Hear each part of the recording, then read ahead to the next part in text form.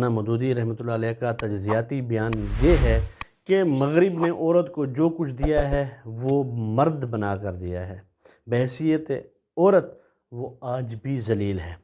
عورت کے حقوق اس کو آج تک بھی نہیں ملے، اس کو بلکہ مردوں والے حقوق ملے ہیں، اس کو مرد بنا کر پیش کیا گیا ہے۔ اگرچہ انہیں تعمیر و ترقی اور عملی میدان میں آگے بڑھنے نیز مردوں کے ہم پلہ کھڑا کرنے کے خواب دکھائے جا رہے ہیں، مگر حقیقت یہ ہے کہ انہیں ایک آبجیکٹ کی طرح استعمال کر کے شیطانی و دجالی طاقتیں اپنا مفاد نکال رہی ہیں۔ اعوذ باللہ من الشیطان الرجیم، بسم اللہ الرحمن الرحیم۔ للرجال نصیب مما اکتسبوا وللنساء نصیب مما اکتسبن، وقال النبی صلی اللہ علیہ وسلم الجنت تحت اقدام الامہات۔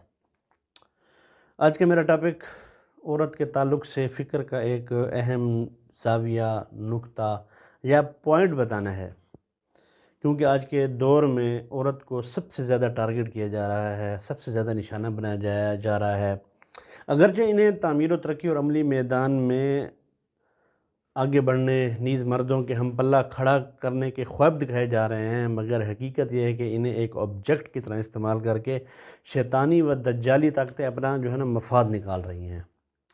ایک زمانے تک عورت کو اچھوت اور سماجی زندگی کے لیے ایک لونڈی اور کام کاج کی ایک مورت بنا کر استحصال کیا جاتا تھا۔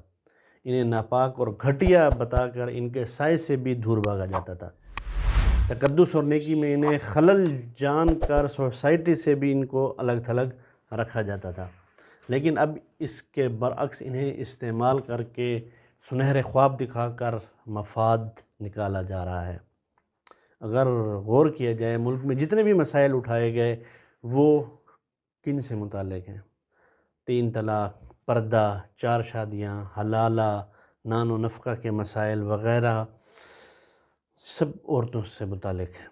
پھر یورپ نے خواتین کے سلسلے میں جو سلوگن بنائے وہ کیا تھے؟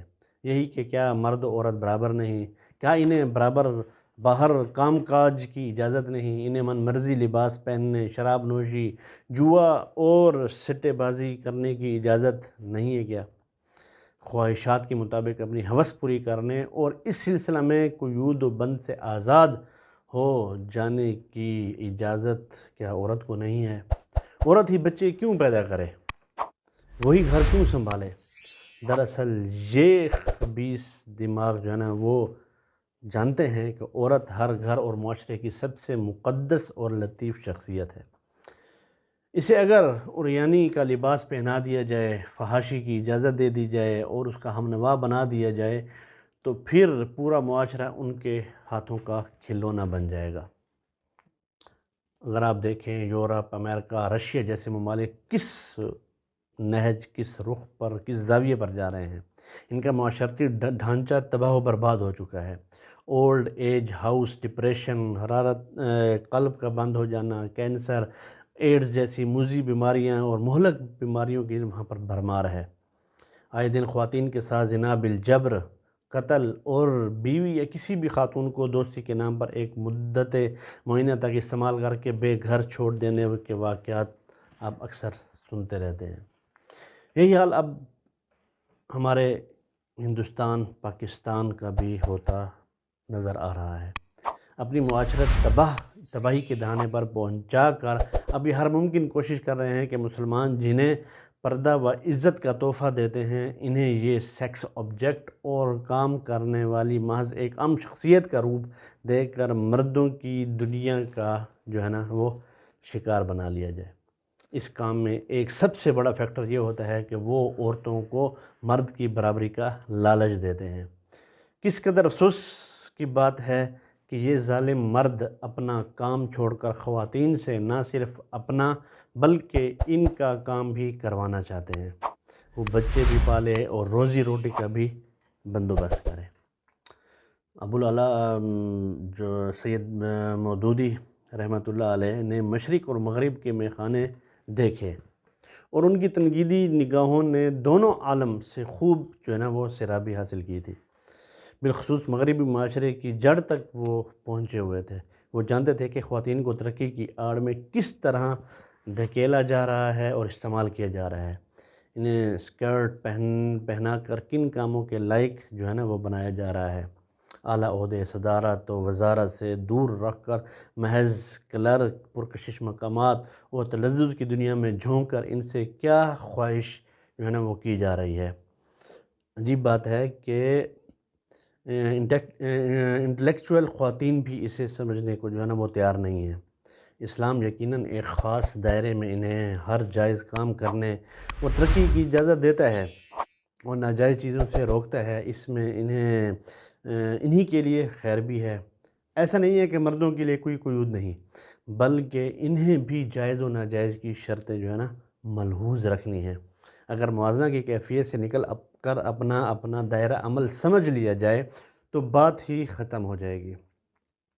مولانا مودودی رحمۃ اللہ علیہ کا تجزیاتی بیان یہ ہے کہ مغرب نے عورت کو جو کچھ دیا ہے وہ مرد بنا کر دیا ہے۔ بحیثیت عورت وہ آج بھی ذلیل ہے۔ عورت کے حقوق اس کو آج تک بھی نہیں ملے، اس کو بلکہ مردوں والے حقوق ملے ہیں، اس کو مرد بنا کر پیش کیا گیا ہے۔ اسی طرح پڑوسی ہمارے ملک انڈیا کو دیکھ لیں، ہمارے خود پاکستان کو دیکھ لیں۔ یہاں پر ہمارے بہت اعلیٰ شخصیت ہیں مولانا عمار خان ناصر صاحب، جو نصرت العلوم گجرانوالہ کے استاد بھی ہیں، نے ایک تحریر میں اہم نکتہ کی طرف متوجہ کیا۔ مولانا لکھتے ہیں کہ عورت کے لیے بطور عورت تکریم کو معاشرتی قدر بنانے پر محنت کی ضرورت ہے۔ اس لیے ہمیں اصرار ہے کہ آزادی کا مغربی فلسفہ اور جسم اور مرضی جیسے سلوگن ہمارے سیاق میں مددگار نہیں، بلکہ الٹا نتیجہ پیدا کرنے والے ہیں۔ ان کا پیغام اور تاثیر عورت کی تکریم نہیں، جو ایک اخلاقی احساس ہے۔ ان کا پیغام ایک طرف انفرادیت کے نفسی احساس اور صنفین کے مابین بیگانگی اور منافرت کو فروغ دینا، اور دوسری طرف نسوانی جسم کو جنس بازار بنانے میں سرمایہ دارانہ منڈی کو سہولت فراہم کرنا ہے، تاکہ اس کی خرید و فروخت کرنے والے کسی اخلاقی ججمنٹ کا موضوع نہ بنایا جا سکے، اور آزادی کی قدر کے تحت ان کو قانونی اور سماجی تحفظ فراہم کیا جا سکے۔ تکریم کو معاشرتی قدر بنانا انسانوں کے باہمی تعلق کو ایک اخلاقی صورت پر استوار کرنا اور سماج میں محاسبے کا ایک خودکار میکانزم جو ہے نا وہ تشکیل دینا ہے۔ آزادی کو نقطۂ حوالہ بنانا اس کے برعکس صنفین میں ایک بیگانگی اور کشمکش پیدا کرنا ہے، جس میں تحفظ کی بنیادی ضمانت ریاست کا جو ہے نا وہ ڈنڈا ہے۔ جہاں ریاست یہ تحفظ مہیا کرنے کی پوزیشن میں نہ ہو، وہاں عدم تحفظ کے مظاہر پر صرف لعن طعن ہو سکتا ہے، یا کچھ قوانین بنوا کر حصول طاقت کا نفسیاتی احساس پیدا کیا جا سکتا ہے۔ دونوں طریقے نتیجے میں غیر مؤثر رہتے ہیں اور صرف فرسٹریشن کو بڑھانے کا ذریعہ بنتے ہیں۔ لیکن ہمیں معاشرے میں کیا کرنا ہے؟ ہمیں اپنے معاشرے کو، اپنی اقدار کو، اپنی ریاست کو اور معاشرے کی بہتری کے لیے اپنے وسائل کو خود اپنی نظر سے دیکھنا سیکھنا ہوگا۔ مستعار اور اجنبی تصورات کے سحر میں گرفتار ہو کر خود کو تباہ و برباد نہ کیا جائے۔ وما علینا الا البلاغ۔ السلام علیکم۔